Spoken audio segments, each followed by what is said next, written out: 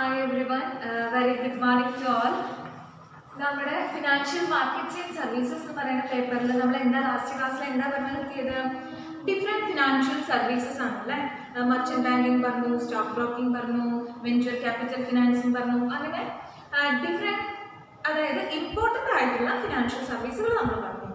ഇനി നമ്മുടെ ഇന്നത്തെ ക്ലാസ്സിൽ നമ്മൾ പറയാൻ പോകുന്നത് role and significance of financial system in economic development of a country.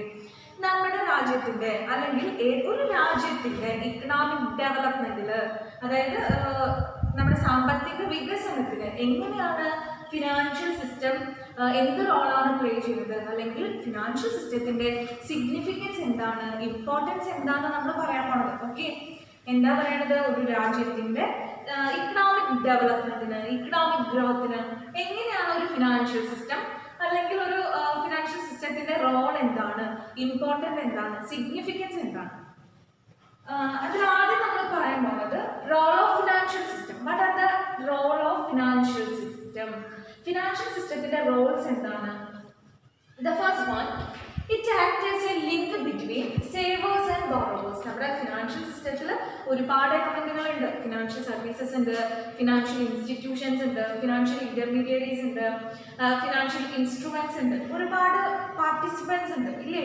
So ഈ ഫിനാൻഷ്യൽ ഇൻസ്റ്റിറ്റ്യൂഷൻസ് എന്താ ചെയ്യുന്നത്? ഇപ്പൊ ബാങ്കുകൾ അല്ലെങ്കിൽ മറ്റ് ഫിനാൻഷ്യൽ ഇൻസ്റ്റിറ്റ്യൂഷൻസ് ഒക്കെ എന്താ ചെയ്യുന്നത്? നമ്മുടെ പബ്ലിക്കിന്റെ കയ്യിൽ നിന്ന് പൈസ കളക്ട് ചെയ്യും, ഇല്ലേ? നമ്മുടെ സേവിങ്സ് അവർ കളക്ട് ചെയ്യും. ദെൻ അവർ അത് എന്ത് ചെയ്യും?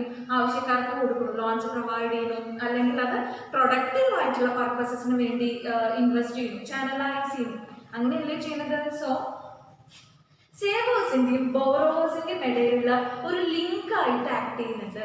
എൻ്റെ കയ്യിൽ പൈസ ഉണ്ടെന്നുണ്ടെങ്കിൽ ഞാൻ എന്ത് ചെയ്യുന്നു? ബാങ്കിൽ കൊണ്ടുപോയി അത് സേവ് ചെയ്യുന്നു, അവിടെ ഡെപ്പോസിറ്റ് ചെയ്യുന്നു.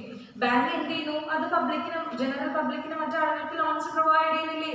അപ്പൊ സേവേഴ്സിന്റെയും ബോറോവേഴ്സിന്റെയും ഇടയിലുള്ള ഒരു ലിങ്ക്, ഒരു കണക്ഷൻ, ലിങ്ക്, ഇന്റർമീഡിയറ്റ് ആയിട്ട് ആക്ട് ചെയ്യുന്നുണ്ട്, ഫിനാൻഷ്യൽ സിസ്റ്റം ആക്ട് ചെയ്യുന്നുണ്ട്. Then the second one, channelize savings to productive purposes. ഇപ്പൊ എൻ്റെ കയ്യിൽ പൈസ ഉണ്ടെങ്കിൽ ഞാനത് എൻ്റെ കയ്യിൽ എടുത്തു വെച്ചിട്ട് വല്ല കാര്യമുണ്ടോ? നമ്മുടെ ഇക്കണോമിക്ക് വല്ല ഉപകാരം ഉണ്ടോ? ഇല്ല. ഞാനത് എന്ത് ചെയ്യാണ്? ഇൻവെസ്റ്റ് ചെയ്യാണ് എവിടെയെങ്കിലും, അല്ലെങ്കിൽ ഞാനത് ബാങ്കിൽ കൊണ്ടുപോയി സേവ് ചെയ്യാണ്, അവരത് ചാനലൈസ് ചെയ്യാണ് പ്രൊഡക്റ്റീവ് ആയിട്ടുള്ള പർപ്പസസിനുണ്ടെങ്കിൽ ഇക്കണോമിയിൽ ആ ഒരു പൈസ എന്ത് ചെയ്യുന്നുണ്ട്? സർക്കുലേറ്റ് ചെയ്യപ്പെടുന്നുണ്ട്, ഇല്ലേ? സർക്കുലേഷൻ നടക്കുന്നില്ലേ? അതല്ലേ ഇക്കണോമിക് ഒരു ഗ്രോത്ത് ഡെവലപ്മെന്റിന് കാരണമാവുന്നത്. സോ എന്താ പറയുന്നത്? Channelise savings to productive purposes. നമ്മുടെയൊക്കെ കയ്യിൽ നിന്ന് സേവിങ്സ് ഒക്കെ മൊബിലൈസ് ചെയ്തിട്ട് പ്രൊഡക്റ്റീവ് ആയിട്ടുള്ള പർപ്പസസിന് അല്ലെങ്കിൽ ഇക്കണോമിയുടെ ഗ്രോത്തിന് ആവശ്യമായിട്ടുള്ള കാര്യങ്ങൾക്ക് എന്ത് ചെയ്യുന്നുണ്ട്? അത് ചാനലൈസ് ചെയ്യപ്പെടുന്നുണ്ട്. ദെൻ തേർഡ് വൺ, മൂന്നാമത്തെ പാർട്ട് എന്താ പറയുന്നത്? Helps for the selection of project. അതായത് നമ്മുടെ ഫിനാൻഷ്യൽ സിസ്റ്റം അല്ലെങ്കിൽ നമ്മുടെ ഫിനാൻഷ്യൽ ഇന്റർമീഡിയറീസ്, ഇപ്പൊ നമ്മൾ സ്റ്റോക്ക് ബ്രോക്കേഴ്സ് അങ്ങനെയൊക്കെ പറഞ്ഞില്ലേ, അതേപോലെ ഫിനാൻഷ്യൽ ഇന്റർമീഡിയറീസ്, ഇപ്പൊ വെഞ്ചർ ക്യാപിറ്റലിസ്റ്റുകളെയൊക്കെ പറ്റി പറഞ്ഞില്ലേ, അവരൊക്കെ എന്താ ചെയ്യുന്നത്? ആപ്റ്റ് ആയിട്ടുള്ള അല്ലെങ്കിൽ റെലവൻ്റ് ആയിട്ടുള്ള റിലയബിൾ ആയിട്ടുള്ള പ്രൊജക്ട്സിനെ സെലക്ട് ചെയ്യാൻ സഹായിക്കുന്നുണ്ട്.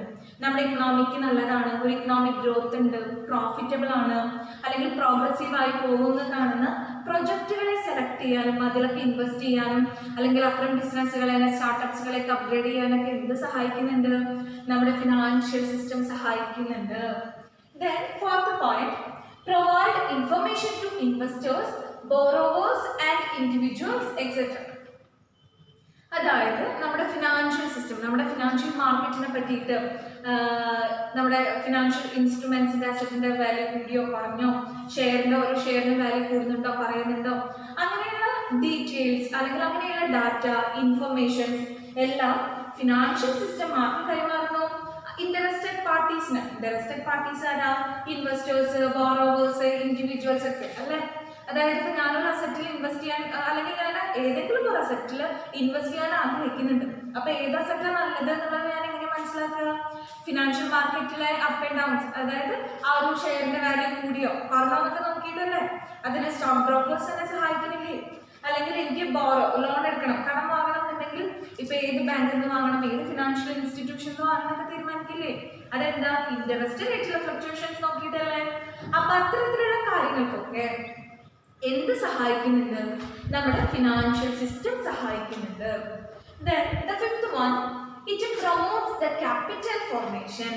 അതായത് ഒരു ബിസിനസ്സിന് ക്യാപിറ്റൽ കണ്ടെത്താൻ അല്ലെങ്കിൽ നമ്മുടെ ഇക്കണോമിക്ക് ക്യാപിറ്റൽ കണ്ടെത്താൻ, ഫണ്ട് കണ്ടെത്താൻ എന്ത് സഹായിക്കുന്നു? ഫിനാൻഷ്യൽ സിസ്റ്റം സഹായിക്കുന്നു. അതായത് ഫിനാൻഷ്യൽ മാർക്കറ്റുകളിൽ ട്രേഡിങ്സ് നടക്കുന്നുണ്ട്, അതിൽ നിന്ന് പ്രോഫിറ്റുകൾ ഉണ്ടാക്കാം. നമ്മുടെ ഡൊമസ്റ്റിക് മാർക്കറ്റിൽ നിന്നും ഫോറിൻ മാർക്കറ്റിൽ നിന്നും ഇന്റർനാഷണൽ മാർക്കറ്റിൽ നിന്നൊക്കെ ക്യാപിറ്റൽ കണ്ടെത്താൻ എല്ലാം എന്ത് സഹായിക്കുന്നുണ്ട്? നമ്മുടെ എഫിഷ്യൻ്റ് ആയിട്ടുള്ള ഒരു ഫിനാൻഷ്യൽ സിസ്റ്റം ഉണ്ട് നമ്മുടെ രാജ്യത്തിനെന്നുണ്ടെങ്കിൽ അത് ക്യാപിറ്റൽ ഫോർമേഷന്, ഒരു ബിസിനസ്സിന് അല്ലെങ്കിൽ നമ്മുടെ കൺട്രിക്ക് ക്യാപിറ്റൽ കണ്ടെത്താൻ സഹായിക്കുന്നുണ്ട്. The next one, sixth one, reduce cost of transaction. അതായത് ഇൻട്രസ്റ്റ് റേറ്റുകൾ കുറയ്ക്കുക അല്ലെങ്കിൽ ട്രാൻസാക്ഷന്റെ കോസ്റ്റുകൾ കുറയുമ്പോൾ റിട്ടേൺ കൂടിയേ, റിട്ടേൺ ഇൻക്രീസ് ചെയ്യുന്നില്ലേ? അപ്പൊ അത് ഇക്കണോമിക്ക് അല്ലെങ്കിൽ ആ ഒരു ഇതിന് ലാഭമല്ലേ, പ്രോഫിറ്റബിൾ അല്ലേ, ഗ്രോത്ത് ഉണ്ടാകുന്നില്ലേ? സോ ഫിനാൻഷ്യൽ സിസ്റ്റം എന്ത് ചെയ്യുന്നുണ്ട്? ട്രാൻസാക്ഷന്റെ കോസ്റ്റ് കുറയ്ക്കാൻ സഹായിക്കുന്നു. കാരണം ഇപ്പോൾ നമ്മളൊരു ട്രാൻസാക്ഷൻ എന്ന് പറയുമ്പോൾ ഒരു ട്രേഡിംഗ്, ഒരു ഷെയർ ട്രേഡിംഗ് ആണ്, ഒരു സ്റ്റോക്ക് ട്രേഡിംഗ് ആണ്, അല്ലെങ്കിൽ ഒരു ബോണ്ടോ ഡിബഞ്ചറോ അങ്ങനെ എന്തെങ്കിലുമൊക്കെയാണ് നമ്മൾ വാങ്ങുകയും വിൽക്കുകയൊക്കെ ചെയ്യണമെന്നുണ്ടെങ്കിൽ അത് റെക്കഗ്നൈസ്ഡ് ആയിട്ടുള്ള, ഓതറൈസ്ഡ് ആയിട്ടുള്ള ഫിനാൻഷ്യൽ ഇൻസ്റ്റിറ്റ്യൂഷൻ ത്രൂ ആണ്. അതായത് സ്റ്റോക്ക് എക്സ്ചേഞ്ച്, ഇപ്പോൾ Bombay stock exchange, NSE national stock exchange, അങ്ങനെയൊക്കെയുള്ള റെക്കഗ്നൈസ്ഡ് സ്റ്റോക്ക് എക്സ്ചേഞ്ചുകൾ ത്രൂ റെക്കഗ്നൈസ്ഡ് അല്ലെങ്കിൽ ഓതറൈസ്ഡ് ഇൻസ്റ്റിറ്റ്യൂഷൻസ് വഴിയാണെന്നുണ്ടെങ്കിൽ ട്രാൻസാക്ഷൻ കോസ്റ്റ് എന്താവും? അവിടെ കുറയും. ട്രാൻസാക്ഷൻ കോസ്റ്റ് കുറവായിരിക്കും. ട്രാൻസാക്ഷൻ കോസ്റ്റ് കുറയുമ്പോൾ സ്വാഭാവികമായിട്ടും ആ ഇൻവെസ്റ്ററുടെ അല്ലെങ്കിൽ ആ ഒരു ട്രേഡറുടെ റിട്ടേൺ കൂടുന്നില്ലേ? അയാൾക്ക് കൂടുതൽ പ്രോഫിറ്റ് കിട്ടില്ലേ? Then the seventh one, payment mechanism for exchange of goods and services. നമ്മൾ പറഞ്ഞു നമ്മുടെ ആഭ്യന്തര മാർക്കറ്റ്, അതായത് നമ്മുടെ ഡൊമസ്റ്റിക് മാർക്കറ്റിൽ നിന്നും മാത്രമല്ല ഫോറിൻ മാർക്കറ്റിൽ നിന്നും ഇന്റർനാഷണൽ മാർക്കറ്റിൽ നിന്നൊക്കെ എന്ത് ചെയ്യുന്നുണ്ട്? എക്സ്പോർട്ട് ഇമ്പോർട്ട്സ് ഒക്കെ നടക്കുന്നില്ലേ ഒരു രാജ്യത്ത്? അപ്പൊ അതിനെല്ലാം ഫെസിലിറ്റേറ്റ് ചെയ്യുന്നത് ആ exchange of goods and services, ഗുഡ്സും സർവീസസും എക്സ്ചേഞ്ച് ചെയ്യാൻ, പരസ്പരം കൈമാറാൻ സഹായിക്കുന്നത് നമ്മുടെ ഫിനാൻഷ്യൽ സിസ്റ്റമാണ്. നമ്മുടെ ഫിനാൻഷ്യൽ ഇൻസ്റ്റിറ്റ്യൂഷൻസ്, നമ്മുടെ കൊമേഴ്ഷ്യൽ ബാങ്കുകളൊക്കെ ഒരു പേയ്മെന്റ് മെക്കാനിസം പ്രൊവൈഡ് ചെയ്യുന്നുണ്ട്. അതായത് ഒരു കുറച്ച് പീരീഡ് വരെ പൈസ ഇപ്പൊ നമ്മൾ ഇങ്ങനെ ഇമ്പോർട്ട് ചെയ്തു അല്ലെങ്കിൽ നമ്മൾ എക്സ്പോർട്ട് ചെയ്യുമ്പോൾ അതിന്റെ പേയ്മെന്റ് മെക്കാനിസത്തിനൊക്കെ എന്ത് ചെയ്യുന്നുണ്ട്? സഹായിക്കുന്നുണ്ട്.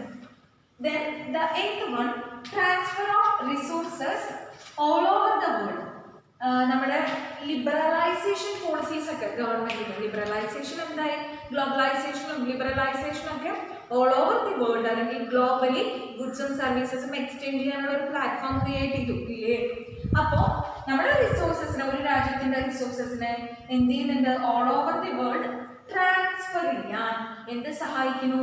നമ്മുടെ ഫിനാൻഷ്യൽ സിസ്റ്റം സഹായിക്കുന്നു. Then the next one, manage and control risk. അതായത് ഇപ്പൊ നമ്മൾ പറഞ്ഞു സേവ് ചെയ്യാണ് ഞാൻ, അല്ലെങ്കിൽ ഞാൻ ഏതെങ്കിലും ഒരു അസറ്റിൽ ഇൻവെസ്റ്റ് ചെയ്യാണ്, അല്ലെങ്കിൽ അത്തരത്തിലുള്ള സേവിങ്സും ഇൻവെസ്റ്റ്മെന്റും പർപ്പസുമായി റിലേറ്റ് ചെയ്ത് വരുന്ന റിസ്കിനെ അല്ലെങ്കിൽ നഷ്ടത്തിന്, പോസിബിലിറ്റി ഓഫ് ലോസിനെ മാനേജ് ചെയ്യാനും കൺട്രോൾ ചെയ്യാനും ഒരു ഫിനാൻഷ്യൽ സിസ്റ്റത്തിന് സാധിക്കും. അപ്പൊ നമ്മൾ എന്താ പറയണത്? നമ്മുടെ ഫിനാൻഷ്യൽ സിസ്റ്റത്തിന്റെ റോൾ അല്ലെങ്കിൽ ഒരു ഇമ്പോർട്ടൻസ് ആണ് എന്തിന്? നമ്മുടെ ഒരു രാജ്യത്തിന്റെ ഇക്കണോമിക് ഡെവലപ്മെന്റിന്, സാമ്പത്തിക വികസനത്തിന് എങ്ങനെയാണ് ഫിനാൻഷ്യൽ സിസ്റ്റം ഒരു റോള് വഹിക്കുന്നത്, എന്തൊക്കെ റോളാണ് ചെയ്യുന്നത് നമ്മൾ പറഞ്ഞത്. നമ്മൾ ഒരു 9 പോയിന്റ്സ് ആണ് ഇവിടെ ഡിസ്കസ് ചെയ്തിട്ടുള്ളത്. എളുപ്പമുള്ളതാണ്. സേവേഴ്സിന്റെ ബോറോവേഴ്സിന്റെ ഒക്കെ ഇടയിൽ ഒരു ലിങ്ക് ആയിട്ട് ആക്ട് ചെയ്യുന്നു. നമ്മുടെ സേവിങ്സ് ഒക്കെ കളക്ട് ചെയ്ത് പ്രൊഡക്റ്റീവായിട്ട് ഇൻവെസ്റ്റ് ചെയ്യുന്നു. നല്ല പ്രൊജക്റ്റുകളെ സെലക്ട് ചെയ്യാൻ സഹായിക്കുന്നു. നമുക്ക് വേണ്ട ഇൻഫർമേഷൻസ് പ്രൊവൈഡ് ചെയ്യുന്നു. ക്യാപിറ്റൽ കണ്ടെത്താൻ സഹായിക്കുന്നു. ട്രാൻസാക്ഷന്റെ കോസ്റ്റ് കുറയ്ക്കുന്നുണ്ട്. എക്സ്ചേഞ്ച്, ഗുഡ്സും സർവീസസും എക്സ്ചേഞ്ച് ചെയ്യുമ്പോൾ അതിന്റെ പേയ്മെന്റ് മെക്കാനിസംസ് പ്രൊവൈഡ് ചെയ്യുന്നു. Then resources all over the world എന്ത് ചെയ്യപ്പെടുന്നുണ്ട്?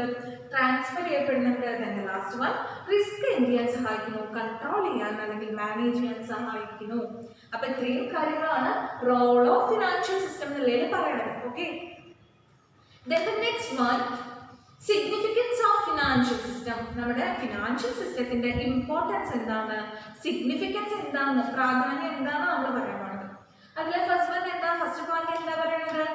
Need for well developed and well functioned financial market. അതായത് നമ്മുടെ ഫിനാൻഷ്യൽ മാർക്കറ്റില് ഫിനാൻഷ്യൽ ഇൻസ്റ്റിറ്റ്യൂഷൻസ് ഒരു ഭാഗമാണ് അല്ലെ? ഫിനാൻഷ്യൽ മാർക്കറ്റിന്റെ ഭാഗമല്ലേ ഫിനാൻഷ്യൽ ഇൻസ്റ്റിറ്റ്യൂഷൻസ്. അതേപോലെ ഫിനാൻഷ്യൽ അസറ്റ് അല്ലെങ്കിൽ ഫിനാൻഷ്യൽ ഇൻസ്ട്രുമെന്റ്സ് ഒക്കെ. സോ ഒരു ഫിനാൻഷ്യൽ പ്രോപ്പർ ആയിട്ട് ഫംഗ്ഷൻ ചെയ്യുന്ന വെൽ ഡെവലപ്ഡ് ആയിട്ടുള്ള വെൽ ഫംഗ്ഷൻഡ് ആയിട്ടുള്ള ഒരു ഫിനാൻഷ്യൽ മാർക്കറ്റ് നമുക്കുണ്ടെങ്കിൽ, അതായത് പ്രോപ്പർ ആയിട്ടുള്ള ഫിനാൻഷ്യൽ ഇൻസ്ട്രുമെന്റ്സും ഫിനാൻഷ്യൽ ഇൻസ്റ്റിറ്റ്യൂഷൻസ് ഒക്കെ ഉണ്ടെങ്കിൽ എന്ത് പോസിബിൾ ആണ്? നമ്മുടെ ഇക്കണോമിക്ക് ഗ്രോത്ത് പോസിബിൾ ആണ്, നമ്മുടെ ഇക്കണോമിയുടെ ഡെവലപ്മെന്റ് പോസിബിൾ ആണ്. ഓക്കെ, അതാണ് ഫസ്റ്റ് പോയിന്റിൽ പറയുന്നത്. എന്താ പറയുന്നത്? നമ്മുടെ ഫിനാൻഷ്യൽ സിസ്റ്റത്തിന്റെ സിഗ്നിഫിക്കൻസ് അല്ലെങ്കിൽ ഇമ്പോർട്ടൻസ് ആ പറയുന്നത്. ഒരു ഇക്കണോമിക് ഗ്രോത്ത് പോസിബിൾ ആണെങ്കിൽ അവിടെ എന്ത് വേണം? നല്ല രീതിയിൽ പ്രോപ്പർ ആയിട്ട് ഫംഗ്ഷൻ ചെയ്യുന്ന ഫിനാൻഷ്യൽ മാർക്കറ്റ് വേണം, ഫിനാൻഷ്യൽ ഇൻസ്ട്രുമെന്റ്സ് വേണം. അതായത് നമ്മുടെ ഒരു ഇക്കണോമിക് ഗ്രോത്തിന്റെ കീ മൂവേഴ്സ് അല്ലെങ്കിൽ ഇമ്പോർട്ടൻ്റ് ആയിട്ടുള്ള എലമെന്റുകളാണ് financial assets, financial instruments, financial intermediaries, financial institutions ഒക്കെ. Then second point എന്താ? Need for more investment and production. അതായത് ഏതൊരു രാജ്യത്തിന്റെയും ഇക്കണോമിക് ഗ്രോത്തിന്, ഇക്കണോമിക് ഡെവലപ്മെന്റിന് എന്ത് വേണം? അവിടുത്തെ സേവിങ്സും ഇൻവെസ്റ്റ്മെന്റ്സ് ഒക്കെ കൂടണം. സേവിങ്സും ഇൻവെസ്റ്റ്മെന്റും കൂടിയാലാണ് എന്ത് പോസിബിൾ ആവും? പ്രൊഡക്ഷൻ പോസിബിൾ ആവും. അപ്പൊ നമ്മുടെ ഫിനാൻഷ്യൽ ഇൻസ്റ്റിറ്റ്യൂഷൻസ് എന്താ ചെയ്യുന്നത്? ഫിനാൻഷ്യൽ ഇൻസ്റ്റിറ്റ്യൂഷൻസ് നല്ല ഇൻട്രസ്റ്റ് റേറ്റുകൾ പ്രൊവൈഡ് ചെയ്യും. അതായത് ഇപ്പൊ നല്ല, അതായത് 8%, 8% പലിശ ഒരു ബാങ്ക്, 12% പലിശ വേറൊരു ബാങ്ക് നമുക്ക് ഓഫർ ചെയ്യുന്നുണ്ടെങ്കിൽ നമ്മൾ ഏത് അക്സെപ്റ്റ് ചെയ്യുക? ഡെപ്പോസിറ്റ് ചെയ്യുമ്പോൾ 12% അല്ലേ? അപ്പൊ അതേപോലെ നമ്മുടെ ഫിനാൻഷ്യൽ ഇൻസ്റ്റിറ്റ്യൂഷൻസ് നല്ല രീതിയിലുള്ള ഇൻട്രസ്റ്റ് റേറ്റുകൾ തരുന്നു. അപ്പൊ നല്ല ഇൻട്രസ്റ്റ് റേറ്റ് പ്രൊവൈഡ് ചെയ്യുമ്പോൾ നമ്മൾ എന്ത് ചെയ്യും? നമ്മുടെ കയ്യിലുള്ള സേവിങ്സ്, നമ്മുടെ കയ്യിലുള്ള ഫണ്ടൊക്കെ കൊണ്ട് ഡെപ്പോസിറ്റ് ചെയ്യില്ലേ? അപ്പൊ നമ്മുടെ ആ ഫണ്ടൊക്കെ മൊബിലൈസ് ചെയ്ത് നമ്മുടെ സേവിങ്സ് ഒക്കെ അവർ കളക്ട് ചെയ്ത് അവർ എന്ത് ചെയ്യുന്നുണ്ട്? പ്രൊഡക്റ്റീവായ പർപ്പസിൽ ഇൻവെസ്റ്റ് ചെയ്യുന്നുണ്ട്. പ്രൊഡക്റ്റീവായ പർപ്പസിന്, അതായത് ബിസിനസ്സിനും കാര്യങ്ങൾക്കൊക്കെ വേണ്ടി കൊടുക്കുമ്പോൾ, ഇൻഡസ്ട്രീസിനും ബിസിനസ് സ്ഥാപനങ്ങൾക്കൊക്കെ കൊടുക്കുമ്പോൾ പ്രൊഡക്ഷൻ ഇൻക്രീസ് ആവുന്നില്ലേ? പ്രൊഡക്ഷൻ കൂടുമ്പോൾ എന്താ? സ്വാഭാവികമായിട്ട് നമ്മുടെ ഇക്കണോമിയിൽ ഗ്രോത്ത് വരികയല്ലേ? നമ്മുടെ ഇക്കണോമിയുടെ ഡെവലപ്മെന്റ് പോസിബിൾ ആവുന്നില്ലേ? അപ്പൊ അതാണ് രണ്ടാമത്തെ പോയിന്റിൽ പറയുന്നത്. നമ്മുടെ സേവിങ്സ് എന്ത് ചെയ്യുന്നുണ്ട്? നമ്മുടെ സേവിങ്സ് കളക്ട് ചെയ്യുന്നു, അത് ഇൻവെസ്റ്റ് ചെയ്ത് പ്രൊഡക്റ്റീവ് ആയിട്ടുള്ള പർപ്പസിന് വിനിയോഗിക്കുന്നുണ്ട്. അപ്പൊ ഒരു ഇക്കണോമിക് ഗ്രോത്ത് വേണമെന്നുണ്ടെങ്കിൽ അവിടെ എന്ത് വേണം? ഇൻവെസ്റ്റ്മെന്റ് കൂടണം, പ്രൊഡക്ഷൻ കൂടണം. Then the third point, need for capital. Need for capital എന്നുള്ളത് എന്താ പറയുന്നത്? ഒരു ബിസിനസ് സ്ഥാപനത്തിന് പ്രവർത്തിക്കണമെന്നുണ്ടെങ്കിൽ എന്ത് വേണം? രണ്ട് രീതിയിലുള്ള ക്യാപിറ്റലാണ് വേണ്ടത്. വൺ ഫിക്സഡ് ക്യാപിറ്റലും സെക്കൻഡ് വൺ വർക്കിംഗ് ക്യാപിറ്റലും വേണം. ഇതിൽ ഫിക്സഡ് ക്യാപിറ്റൽ എന്ന് പറയുന്നത് എന്തിനാ? ഇപ്പൊ നമ്മൾ ഫിക്സഡ് അസറ്റ് പർച്ചേസ് ചെയ്യാം, ലാൻഡ്, ബിൽഡിംഗ്, ഇക്വിപ്മെന്റ്സ് എന്നൊക്കെ പറഞ്ഞ് ഫിക്സഡ് ആയിട്ടുള്ള അസറ്റ് പർച്ചേസ് ചെയ്യാനാണ് നമ്മൾ എന്ത് യൂസ് ചെയ്യുക? നമ്മുടെ ഫിക്സഡ് ക്യാപിറ്റൽ യൂസ് ചെയ്യുന്നത്. ഫിക്സഡ് ക്യാപിറ്റൽ ഉണ്ട്, വർക്കിംഗ് ക്യാപിറ്റൽ ഉണ്ട്. അപ്പൊ ഫിക്സഡ് ക്യാപിറ്റൽ യൂസ് ചെയ്യണത് ഫിക്സഡ് അസറ്റ് പർച്ചേസ് ചെയ്യാം. വർക്കിംഗ് ക്യാപിറ്റലോ ഡേ ടു ഡേ ഓപ്പറേഷൻസ്. ഒരു ബിസിനസ്സിന് day to day operations, day to day expenses വരില്ലേ? ആ day to day expenses meet ചെയ്യണമെങ്കിൽ അവിടെ എന്ത് വേണം? വർക്കിംഗ് ക്യാപിറ്റൽ വേണം. ഫിനാൻഷ്യൽ സിസ്റ്റം എന്ത് ചെയ്യുന്നുണ്ട്? ഫണ്ടിന്റെ ഫ്ലോ എൻഹാൻസ് ചെയ്യുന്നുണ്ട്, സർക്കുലേഷൻ പോസിബിൾ ആക്കുന്നുണ്ട്, വർക്കിംഗ് ക്യാപിറ്റൽ ഫോർമേഷന് സഹായിക്കുന്നുണ്ട്. ഒരു ബിസിനസ് ഓർഗനൈസേഷന് ഡൊമസ്റ്റിക് മാർക്കറ്റിൽ നിന്നും ഫോറിൻ മാർക്കറ്റിൽ നിന്നും ക്യാപിറ്റൽ ഫോം ചെയ്യാൻ അല്ലെങ്കിൽ ക്യാപിറ്റൽ കണ്ടെത്താൻ എന്ത് സഹായിക്കുന്നു? ഫിനാൻഷ്യൽ സിസ്റ്റം സഹായിക്കുന്നു. Then the fourth point എന്താ പറയുന്നത്? Need for infrastructure development and growth. ഒരു രാജ്യത്തിന് ഒരു ഡെവലപ്മെന്റ് ഉണ്ടായിരിക്കണം, ഒരു ഗ്രോത്ത് ഉണ്ടാവണം എന്നുണ്ടെങ്കിൽ അവിടെ എന്ത് വേണം? ഇൻഫ്രാസ്ട്രക്ചർ ഫെസിലിറ്റീസ് വേണം. അവിടുത്തെ ഇൻഫ്രാസ്ട്രക്ചർ ഇൻഡസ്ട്രീസ് എന്ത് ചെയ്യണം? നല്ല രീതിയിൽ പ്രവർത്തിക്കണം. അപ്പൊ നമ്മുടെ ഫിനാൻഷ്യൽ സർവീസുകൾ ഒരു ക്രൂഷ്യൽ റോള് പ്ലേ ചെയ്യുന്നുണ്ട്. നമ്മുടെ ഇൻഫ്രാസ്ട്രക്ചർ ഇൻഡസ്ട്രിയുടെ ഗ്രോത്തിന് വേണ്ടി, നമ്മുടെ ഇൻഫ്രാസ്ട്രക്ചർ ഇൻഡസ്ട്രിക്ക് ഫണ്ട് പ്രൊവൈഡ് ചെയ്യാൻ നമ്മുടെ ഫിനാൻഷ്യൽ സർവീസസ് ഒരു വൈറ്റൽ റോൾ അല്ലെങ്കിൽ ക്രൂഷ്യൽ റോൾ പ്ലേ ചെയ്യുന്നുണ്ട്. നല്ല ഇൻഫ്രാസ്ട്രക്ചർ ഉള്ള ഒരു രാജ്യമാണെന്നുണ്ടെങ്കിൽ അവിടെ ഇക്കണോമിക് ഗ്രോത്ത്, ഇക്കണോമിക് ഡെവലപ്മെന്റ് എന്താണ്? പോസിബിൾ ആണ്. പിന്നെ പറയണത് എന്താ? ഫിഫ്ത്ത് പോയിന്റ് പറയണത് growth of trade. Growth of trade എന്ന് പറയുന്നത് നമ്മൾ ഓൾറെഡി പറഞ്ഞു, ലിബറലൈസേഷനും ഗ്ലോബലൈസേഷനും ഒക്കെ പറയുമ്പോൾ വന്നോട് കൂടിയിട്ട് നമ്മുടെ ഡൊമസ്റ്റിക് മാർക്കറ്റിൽ മാത്രമല്ല ഒരു ആഗോള വിപണി, ഒരു ഗ്ലോബൽ മാർക്കറ്റ് വന്നിട്ടുണ്ട് അല്ലേ? അപ്പോൾ ഗ്രോത്ത് ഓഫ് ട്രേഡ് നമ്മുടെ ഡൊമസ്റ്റിക് മാർക്കറ്റിലും ഫോറിൻ മാർക്കറ്റിലും, അതായത് ഗ്ലോബൽ മാർക്കറ്റിലും നമ്മുടെ ഗുഡ്സും സർവീസസും എക്സ്ചേഞ്ച് ചെയ്യാൻ അല്ലെങ്കിൽ ഗുഡ്സും സർവീസസ് ഒക്കെ എത്തിക്കാനുള്ള ഒരു അവസരം വന്നു. അതിന് ഫിനാൻഷ്യൽ സിസ്റ്റം അത് എൻഹാൻസ് ചെയ്യുന്നത്. അപ്പൊ നല്ല ഫിനാൻഷ്യൽ സിസ്റ്റം ഉണ്ടെങ്കിൽ ഡൊമസ്റ്റിക് മാർക്കറ്റിലും നമ്മുടെ ഗ്ലോബൽ മാർക്കറ്റിലും എന്തുണ്ടാവുന്നുണ്ട്, നല്ല രീതിയിലുള്ള ട്രേഡ് ഉണ്ടാവുന്നുണ്ട്. ട്രേഡ് കൂടുമ്പോൾ അത് എന്തിനു കാരണമാവുന്നു, നമ്മുടെ രാജ്യത്തിന്റെ ഇക്കണോമിക് ഗ്രോത്ത് അല്ലെങ്കിൽ സാമ്പത്തിക വികസനത്തിന് സഹായിക്കുന്നില്ലേ. സിക്സ്ത് പോയിന്റ് ആണ് helps to augment employment growth. അതായത് എംപ്ലോയ്മെന്റ് ഗ്രോത്ത് എങ്ങനെയാണ് ഒരു ഫിനാൻഷ്യൽ സിസ്റ്റം അറ്റൈൻ ചെയ്യുന്നത്, എങ്ങനെയാണ് എംപ്ലോയ്മെന്റ് ഓപ്പർച്യൂണിറ്റീസ് കൂടുതൽ കിട്ടുക. നമ്മളിവിടെ നേരത്തെ പറഞ്ഞില്ലേ, ഒരു ബിസിനസ്സിന് വർക്കിംഗ് ക്യാപിറ്റലും ഫിക്സഡ് ക്യാപിറ്റലും വേണമെന്ന് പറഞ്ഞു. വർക്കിംഗ് ക്യാപിറ്റൽ എന്തിനാ യൂസ് ചെയ്യുന്നത്, ഡേ ടു ഡേ ഓപ്പറേഷൻസിനല്ലേ. അപ്പൊ ഒരു ബിസിനസ് എൻറ്റിറ്റിക്ക്, ഒരു കമ്പനിക്ക് വർക്കിംഗ് ക്യാപിറ്റൽ പ്രോപ്പറായി കിട്ടുന്നുണ്ടെങ്കിൽ അവിടെ എന്ത് കൂടും, പ്രൊഡക്ഷൻ കൂടില്ലേ. പ്രൊഡക്ഷൻ കൂടുമ്പോൾ എംപ്ലോയ്മെന്റ് ഓപ്പർച്യൂണിറ്റീസ് കൂടില്ലേ. സോ എംപ്ലോയ്മെന്റ് ഓപ്പർച്യൂണിറ്റീസ് കൂടുമ്പോ എന്ത് ഉണ്ടാവുന്നുണ്ട്, അവിടെ നമ്മുടെ ഇക്കണോമിക് ഗ്രോത്ത് അല്ലെങ്കിൽ ഇക്കണോമിക് ഡെവലപ്മെന്റ് പോസിബിൾ ആവുന്നുണ്ട്. ദെൻ പിന്നെ പറയുന്നത് എന്താ, സെവൻത് പോയിന്റ് എന്താ പറയുന്നത്, financial system ensures balanced growth. അതായത് ഒരുപാട് സെക്ടേഴ്സ് ഉണ്ട്, സർവീസ് സെക്ടേഴ്സ് ഉണ്ട്, ഇൻഡസ്ട്രിയൽ സെക്ടേഴ്സ് ഉണ്ട്, അഗ്രികൾച്ചറൽ സെക്ടേഴ്സ് ഉണ്ട്, ഇങ്ങനെ ഒരുപാട് സെക്ടേഴ്സ് ഉണ്ട്. സോ ഇൻഡസ്ട്രീസ് ആയിക്കോട്ടെ, അഗ്രികൾച്ചറൽ സെക്ടർ ആയിക്കോട്ടെ, സർവീസ് സെക്ടർ ആയിക്കോട്ടെ, എല്ലായിടത്തും ഒരു ബാലൻസ്ഡ് ഗ്രോത്ത് എൻഷുർ ചെയ്യാൻ എന്ത് സഹായിക്കുന്നുണ്ട്, ഫിനാൻഷ്യൽ സിസ്റ്റം സഹായിക്കുന്നുണ്ട്. കാരണം എല്ലാ സെക്ടേഴ്സിലും ഫണ്ടിന്റെ ഒരു സർക്കുലേഷൻ അല്ലെങ്കിൽ നല്ല രീതിയിലുള്ള ഒരു മൂവ്മെന്റ് ഏതിലൂടെ പോസിബിൾ ആണ്, എഫിഷ്യന്റ് ആയിട്ടുള്ള ഒരു ഫിനാൻഷ്യൽ സിസ്റ്റത്തിലൂടെ പോസിബിൾ ആണ്. ദെൻ ദ എയ്ത്ത് പോയിന്റ്, എട്ടാമത്തെ പോയിന്റ് എന്താ പറയുന്നത്, role of financial system in attracting foreign capital. അല്ലെ, ഫോറിൻ ക്യാപിറ്റൽ അട്രാക്ട് ചെയ്യുന്നതിന്, കണ്ടെത്തുന്നതിന് എന്ത് സഹായിക്കുന്നുണ്ട്, നമ്മുടെ ഫിനാൻഷ്യൽ സിസ്റ്റം സഹായിക്കുന്നുണ്ട്. നമ്മൾ നേരത്തെ പറഞ്ഞില്ലേ, നമ്മുടെ ഡൊമസ്റ്റിക് മാർക്കറ്റിൽ മാത്രമല്ല ഇന്റർനാഷണൽ മാർക്കറ്റിലും ഫോറിൻ മാർക്കറ്റിലും നമ്മൾ എന്ത് ചെയ്യുന്നുണ്ട്, ട്രേഡ് ചെയ്യുന്നുണ്ട്, ക്യാപിറ്റൽ ഫോർമേറ്റ് ചെയ്യുന്നുണ്ട്. So role of financial system in attracting foreign capital attract ചെയ്യാൻ കഴിയുന്നു എന്നുള്ളത് എന്തിന് എൻഹാൻസ് ചെയ്യുന്നുണ്ട്, നമ്മുടെ ഇക്കണോമിക് ഗ്രോത്തിനെ, ഇക്കണോമിക് ഡെവലപ്മെന്റിനെ എൻഹാൻസ് ചെയ്യുന്നുണ്ട്. Then the ninth one helps balance regional development. അതായത് നമ്മൾ നേരത്തെ പറഞ്ഞത് ബാലൻസ്ഡ് ഗ്രോത്ത് എൻഷുർ ചെയ്യുന്നുണ്ട്. അതായത് അഗ്രികൾച്ചറൽ സെക്ടറിലും സർവീസ് സെക്ടറിലും ഇൻഡസ്ട്രിയൽ സെക്ടറിലും ഒരു ബാലൻസ്ഡ് ഗ്രോത്ത് എൻഷുർ ചെയ്യുന്നുണ്ട് എന്നാണ് പറഞ്ഞത്. ഇവിടെ പറയുന്നത് എന്താ, നമ്മുടെ ബാക്ക്വേർഡ് ഏരിയാസ്, നമ്മുടെ സൊസൈറ്റിയുടെ ബാക്ക്വേർഡ് ഏരിയാസിന് പ്രോപ്പറായിട്ട് ഇൻസെന്റീവ്സും അവർക്ക് കൺസെഷൻസും അവർക്ക് ഇൻഫ്രാസ്ട്രക്ചർ ഒക്കെ കൊടുത്താൽ നമുക്ക് എന്ത് ചെയ്യാൻ പറ്റും, ഒരു ബാലൻസ്ഡ് റീജിയണൽ ഡെവലപ്മെന്റ്. നമ്മുടെ ബാക്ക്വേർഡ് ഏരിയാസിനെയും എന്ത് ചെയ്യാൻ പറ്റും, ഒരു ഗ്രോത്തിലേക്ക്, ഒരു ഡെവലപ്മെന്റിലേക്ക്, അല്ലെങ്കിൽ ഓൾ ഓവർ ദി കൺട്രി ഒരു റീജിയണൽ ഡെവലപ്മെന്റ്, ബാലൻസ്ഡ് ആയിട്ടുള്ള ഒരു ഡെവലപ്മെന്റ് പോസിബിൾ ആണ്. Then the 10th one, പത്താമത്തെ point, financial system helps in uniform interest rate. എന്ത് ചെയ്യുന്നുണ്ട്, നമ്മുടെ ഫണ്ടുകളെ പ്രോപ്പറായിട്ട് ഡിഫറെന്റ് സെന്റേഴ്സിൽ നിന്ന് ഫണ്ട്സിനെ പ്രോപ്പറായിട്ട് മാനേജ് ചെയ്യുന്നതോടുകൂടി, അല്ലെങ്കിൽ എല്ലാ സെക്ടേഴ്സിലോട്ടുള്ള മൂവ്മെന്റ്സ് ഫ്ലോ, ഫണ്ടിന്റെ ഫ്ലോ സ്മൂത്ത് ആയിട്ട് അല്ലെങ്കിൽ നല്ല രീതിയിൽ പോകുന്നുണ്ടെങ്കിൽ അവിടെ എന്ത് പോസിബിൾ ആണ്, ഇൻട്രസ്റ്റ് റേറ്റ്സിൽ ഫ്ലക്ച്വേഷൻസ് ഇല്ലായിരിക്കാം. അതായത് ഒരു യൂണിഫോം ആയിട്ടുള്ള ഇൻട്രസ്റ്റ് റേറ്റ് അവിടെ ഉണ്ടാവുന്നുണ്ട്. യൂണിഫോം ആയിട്ടുള്ള ഒരു ഇൻട്രസ്റ്റ് റേറ്റ് നല്ല രീതിയിലുള്ള ഇൻവെസ്റ്റ്മെന്റ്സും സേവിങ്സും ഒക്കെ എന്ത് ചെയ്യുന്നുണ്ട്, എൻഹാൻസ് ചെയ്യുന്നുണ്ട്.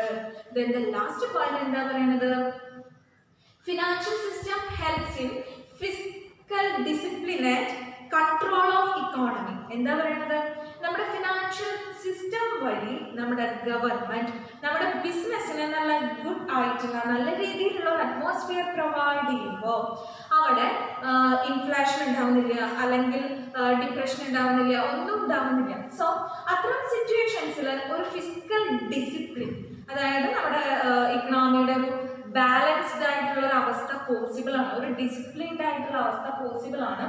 അത് നമ്മുടെ ഇക്കണോമിയുടെ ഗ്രോത്തിന്, ഡെവലപ്മെന്റിന് സഹായിക്കുന്നുണ്ട്. ഓക്കെ, അപ്പൊ നമ്മൾ എന്ത് പറഞ്ഞത് എന്തൊക്കെയാണ്, നമ്മുടെ രാജ്യത്തിന്റെ ഇക്കണോമിക് ഗ്രോത്തിന് എങ്ങനെയാണ് നമ്മുടെ ഫിനാൻഷ്യൽ സിസ്റ്റം സഹായിക്കുന്നതാണ്, അതിന്റെ റോളും സിഗ്നിഫിക്കൻസും. രണ്ട് കാറ്റഗറീസാണ് നമ്മൾ ഡീൽ ചെയ്തത്. എന്തെങ്കിലും സംശയങ്ങൾ ഉണ്ടെങ്കിൽ ചോദിക്കാട്ടെ, നോട്ട്സുകൾ പ്രോപ്പറായി എഴുതിയിട്ട്. Thank you.